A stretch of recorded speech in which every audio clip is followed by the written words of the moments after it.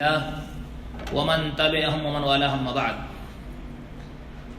سب سے پہلے ہم اللہ رب العالمین کی حمد و ثنا، اسی کی پاکیزگی بیان کرتے ہیں، اسی سے مدد کے طلبگار ہیں، اسی سے بخشش طلب کرتے ہیں۔ بے شک اللہ تعالیٰ جسے ہدایت دے اسے کوئی گمراہ کرنے والا نہیں، اور جسے گمراہ کر دے اسے کوئی ہدایت دینے والا نہیں۔ ہم اس بات کی گواہی دیتے ہیں کہ اللہ رب العالمین ہی حقیقی معبود ہے جو اکیلا ہے، اس کا کوئی شریک نہیں، اور اس بات کی گواہی دیتے ہیں کہ بے شک محمد صلی اللہ علیہ وسلم اللہ کے بندے اور اس کے آخری رسول ہیں۔ اس ذات گرامی پر انگنت درود اور سلام نازل ہو۔ اللہم صلی علی محمد وآلہ وبارک وسلم۔ شیخ صاحب نے حمد و صلات کے بعد سب سے پہلے اپنے آپ کو اور ہم تمام لوگوں کو اللہ رب العالمین سے حقیقی معنوں میں تقوی اور پرہیزگاری اختیار کرنے کے تعلق سے نصیحت کی کہ ایک مومن کی شان ہونی چاہیے کہ ہمہ وقت اللہ تعالیٰ سے تنہائی میں ہو، لوگوں میں ہو، سب کے سامنے ہو، کہیں بھی ہو، اللہ تعالیٰ سے ہمہ وقت ڈرتے رہے، تقوی اور پرہیزگاری اختیار کرتا رہے۔ شیخ صاحب نے چند آیتیں پڑھیں جس میں اللہ تعالیٰ نے ہم تمام لوگوں کو حکم دیا کہ اللہ رب العالمین سے صحیح معنوں میں ڈرتے رہو جیسا کہ اس سے ڈرنے کا حق ہے، اور ہم سب کو یہ ڈرتے رہنے، تقوی پرہیزگاری اختیار کرنے کا سلسلہ مرنے تک جاری اور ساری رہنا چاہیے۔ تو چند ایسی آیات پڑھیں جس میں اللہ تعالیٰ نے ہم سب کو تقوی کی جانب ابھارا ہے، اور جو لوگ اسی پر قائم و دائم ہیں تو وہ دنیا میں بھی کامیاب ہوں گے اور آخرت میں بھی کامیاب ہوں گے۔ اس کے بعد شیخ صاحب نے آج کے خطبے میں میرے بھائیوں چمڑے کے موزے یا موزے جو جسے جورب کہتے ہیں، عام موزے جسے ہم پہنتے ہیں، اس پر مسح کرنے کے تعلق سے شرعی حکم قرآن و سنت کی روشنی میں بتایا۔ شیخ صاحب نے ذکر کیا کہ شریعت کی خوبی میں سے ہے کہ بہت ساری چیزیں ہمیں اللہ تعالیٰ نے آسانیاں دی ہیں، اور مشقت، پریشانی اور بہت ساری ایسی چیزوں سے ہمیں دور کر دیا ہے۔ جہاں بہت ساری چیزیں ایسی ہیں، اس میں سے ایک مثال شیخ صاحب نے آج دی ہے کہ جیسے ہم خفین پر مسح کرتے ہیں، یعنی جو چمڑے کا موزہ ہے، یا اسی طرح سے جو کپڑے کا موزہ ہے جس پر مسح کرتے ہیں، یہ اللہ کی طرف سے بہت بڑی نعمت ہے۔ خاص طور پر ٹھنڈ کے موسم میں جب خوب سردی ہو تو ایسے موقع پر یہ جو نعمت ہے اور اللہ کی طرف سے یہ جو تحفہ ہے اور یہ آسانی ہے، یہ ہم تمام لوگوں کے لیے بہت ہی خیر اور بھلائی ہے۔ اب ہمیں کیا کرنا ہے؟ جو ہم موزہ پہنتے ہیں اس کے لیے کیا شروط ہیں؟ شیخ صاحب نے آج کے اس مختصر سے خطبے میں چند باتیں بتائی ہیں۔ سب سے پہلے جب ہم موزہ پہنیں، چاہے چمڑے کا موزہ ہو یا اسی طرح سے جو کپڑے کا موزہ ہو جو عام طور پر ہم جوتے پر پہنتے ہیں، تو شیخ صاحب نے ذکر کیا کہ اس کے لیے 3 شرطیں ہیں۔ سب سے پہلی شرط یہ ہے کہ جو ہم موزہ پہنے ہیں یہ پاکی کی حالت میں پہنے ہوں، کیونکہ اللہ کے رسول صلی اللہ علیہ وسلم کے بارے میں آتا ہے پاکی کی حالت میں، یعنی وضو کرنے کے بعد،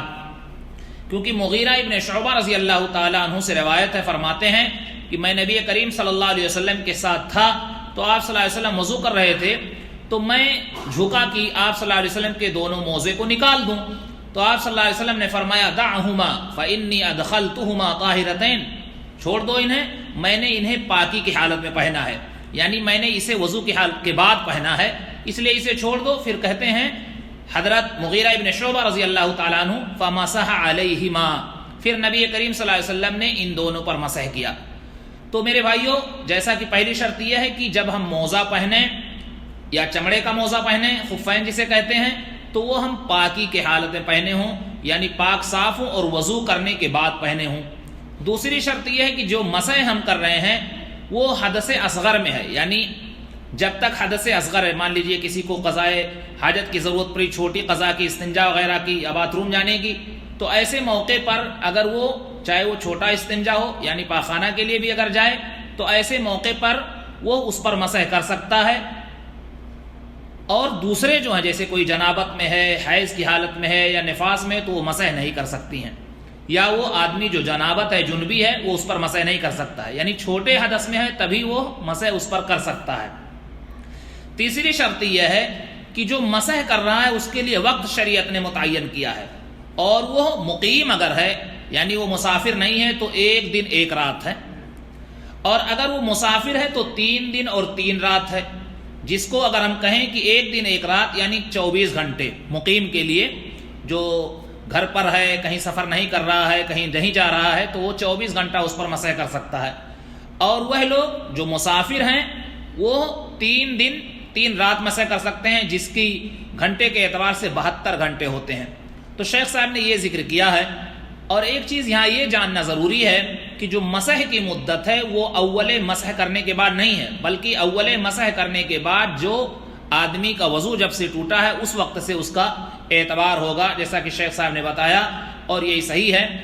تو اللہ کے رسول صلی اللہ علیہ وسلم کا جو طریقہ رہا ہے اور جو صحابہ کرام اس پر عمل کرتے رہے ہیں، وہ طریقہ ہم لوگوں کے سامنے میرے بھائیوں بیان کیا۔ اب اگر کوئی شخص مسافر ہے اور مان لیجئے ابھی مقیم ہے اور سوچتا ہے کہ ہم سفر کریں گے، تو وہ آدمی اسی مدت کے حساب سے یعنی 3 دن 3 رات تک اس پر مسح کر سکتا ہے، جب تک کہ وہ جنبی نہ ہو، ناپاک نہ ہو۔ اور اس طرح سے جو مقیم ہیں وہ 24 گھنٹے مسح کر سکتے ہیں، البتہ شرط یہ ہے کہ وہ اسے طہارت کی حالت میں پہنے ہوں۔ میرے بھائیوں، اب ہم جب مسح کریں گے تو ظاہر سی بات ہے کہ مسح کرنے کے کچھ طریقے اور آداب ہیں۔ پانی جو ہاتھ ہمارا ہے تر ہونا چاہیے، بھیگنا چاہیے، دونوں ہاتھ بھیگے ہونے چاہیے پانی سے، پھر اس کو اپنے پیر کے اوپری حصے پر یعنی موزے کے اوپری حصے پر دونوں پر پھیرنا ہے۔ بہت سارے لوگوں کو دیکھا گیا ہے جنہیں معلوم نہیں ہے، وہ پیر کے نچلے حصے پر بھی مسح کرتے ہیں، جبکہ یہ غلط ہے اور شریعت سے ثابت نہیں ہے، اور اگر کوئی احتیاطی اقدام یہ کرتا ہے تو یہ بدعت ہے، اور بدعت کا وجود شریعت میں نہیں ہونا چاہیے۔ اسی طرح سے آپ جب شروع کریں گے مسح تو اولے قدم سے لے کر کے ساق تک یعنی جہاں پر آپ جوتے جو باندھتے ہیں وہاں تک آپ آ کر کے مسح کریں۔ اسی طرح سے ایک مرتبہ صرف مسح کرنا ہے۔ آپ دیکھتے ہیں کہ جب ہم اعضائے وضو دھلتے ہیں تو 3 بار دھلتے ہیں، مسح کرتے ہیں تو 1 بار کرتے ہیں۔ تو یہاں جو مسح کرنا ہے، جو آپ موزے پر یا چمڑے کے موزے پر جس پر مسح کرتے ہیں تو صرف 1 بار ہی کرنا ہے، یہ ہمیں خیال رہنا چاہیے۔ کچھ لوگ ایڑیوں کو بھی دیکھا گیا ہے کہ مسح کرتے ہیں، شیخ صاحب نے اس کی طرف بھی نشاندہی کی کہ ایڑیوں کو بھی مسح کرنے کی ضرورت نہیں ہے، صرف پورے اوپری حصے پر مسح کرنا ہے۔ حضرت علی بن ابی طالب رضی اللہ تعالی عنہ کا ایک مشہور قول ذکر کیا، لو کان الدین بالرأی لکان اسفل الخف اولا بالمسح من اعلیٰ، کہ اگر دین عقل پر ہوتا اور سوچ پر ہوتا اور قیاس پر ہوتا تو نیچے جو موزے کا ہے وہ زیادہ مسح کرنے کی ضرورت وہاں ہوتی،